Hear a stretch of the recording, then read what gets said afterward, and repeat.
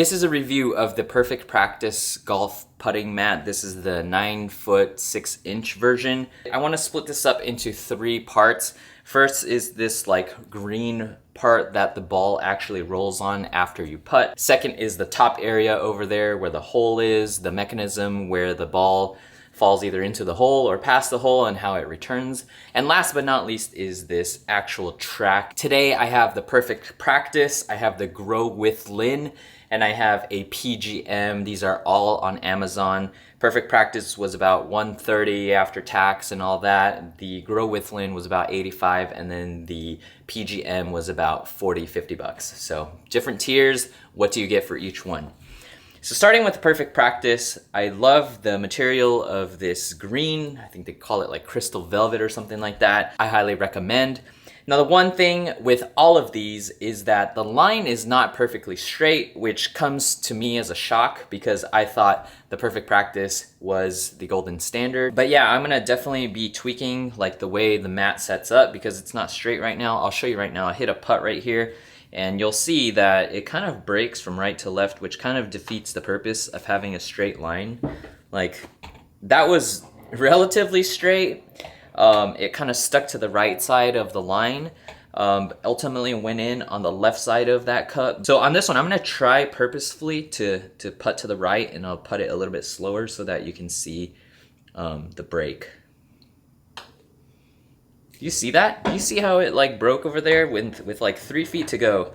Now this one, I'm gonna put like closer to the right side right here, and I'm gonna try to putt it straight along this outside line, and then you'll see it break back into the center of the hole.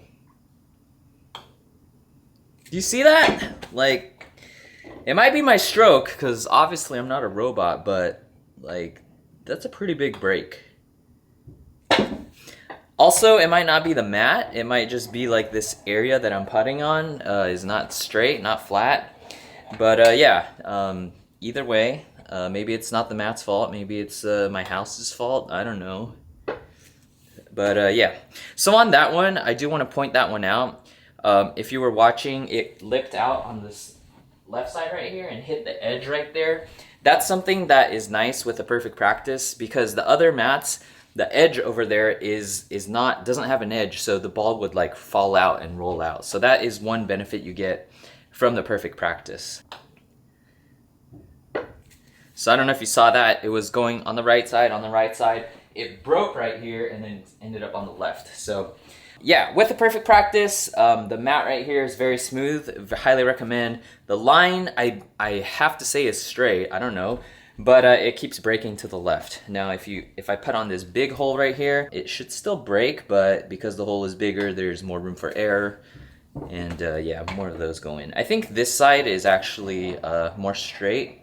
The last one, the ball stayed on the line for most of the time, but it still ends up on the left side of the hole. So that's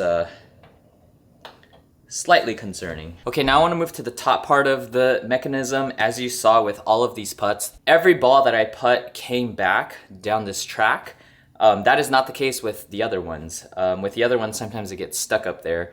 And that is because, I have to show you, that is because of the way this is set up right here. So if you look into the hole, there is a slant going this way, and there's a slant going this way, and then it funnels out of this side hole right here. So that's a really cool design that is not present in the other ones. I would say 99% of the balls that actually make it to the hole or back here actually come out and get returned to you. Again, not the case with all of them.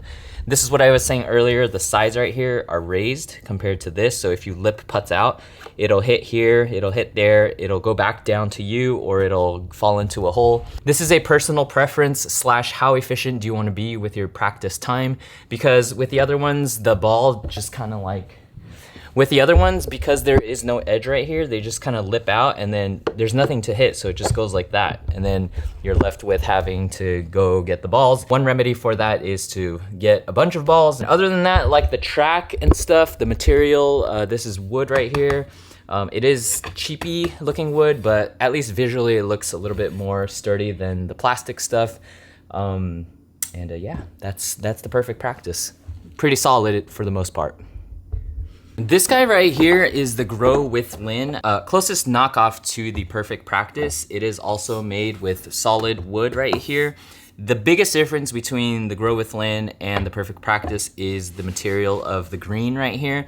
This is almost like a brushed fleece material, so in terms of speed, this is way slower. And also because of the material, when you first get this guy, it's really bumpy and it takes a while to like settle. If you play on a lot of slow greens, then maybe this makes sense for you, but for me, I would rather practice on a slicker green and you know, have to adjust to a slower green on the course than to go the other way around. So this guy is going back to Amazon. I hate playing on slow greens, so why would I get a slow mat here? Also, this return mechanism is similar, but also a little different. The contour of this will return the ball, I would say 80 to 90% of the time. Yeah, the slopes in here, the mechanism is not 100% perfect like the Perfect Practice. Last but not least, in the $40-50 price range, we got the PGM practice mat right here. Functionally, it is very close to the Perfect Practice. Coming in at, you know, a third, half of the price, you actually do get a lot of bang for the buck with this. The putting material right here, the crystal velvet, is very much like the Perfect Practice material. It's very soft and velvety, pretty smooth, slick. I like that. The differences though, the downsides. One, this definitely has some break because the way you assemble it is through Velcro, and the Velcro is higher right here on the sides. So definitely your putts with this are gonna break towards the end. So that might get in the way of actually improving because now you're practicing your stroke to be a little bit off to the right. I would rather practice on a true straight mat. Second, the mechanism right here, I can show you, you know, whether you make it in the hole or you hit the back and the ball comes here, it's just one level here. And so the balls get stuck here like quite a bit. 60-70% of the time the ball does drop and get returned to you, but you know, the other 30-40% the balls are gonna end up here. Again, way to remedy that is to just get a bunch of balls. That way you can have them stuck here and you can have them fall out and you don't have to keep getting the balls all the time. And also what I was saying earlier, when you are putting and you lip putts out, there's very little wall space right here. So the ball commonly comes out of the sides right here. So that may or may not be an issue to you, but for me it was. And obviously this is made out of like plastic material. Hopefully, you know, you don't have kids that are like jumping on this because this will definitely break. So if you're worried about that, that's another reason to go solid wood. But yeah, other than that, the return mechanism's very similar. I will say one more difference as well. The return mechanism on the Perfect Practice does go all the way back to 9.5 feet. But then on this one right here, the PGM, it only goes to about 6 feet. So, you know, if you're practicing like a 4-footer, you're gonna reach over to 6 feet to get your ball. If you're practicing like a 9-footer, you're also reaching back to get the ball at 6 feet. So I don't know if that, you know, makes a big difference for you, but yeah, those are the differences between the Perfect Practice and like mats at budget prices. If you have any questions, feel free to reach out. I love interacting with you guys in that way. Yeah, make it a great day. Hope this was helpful.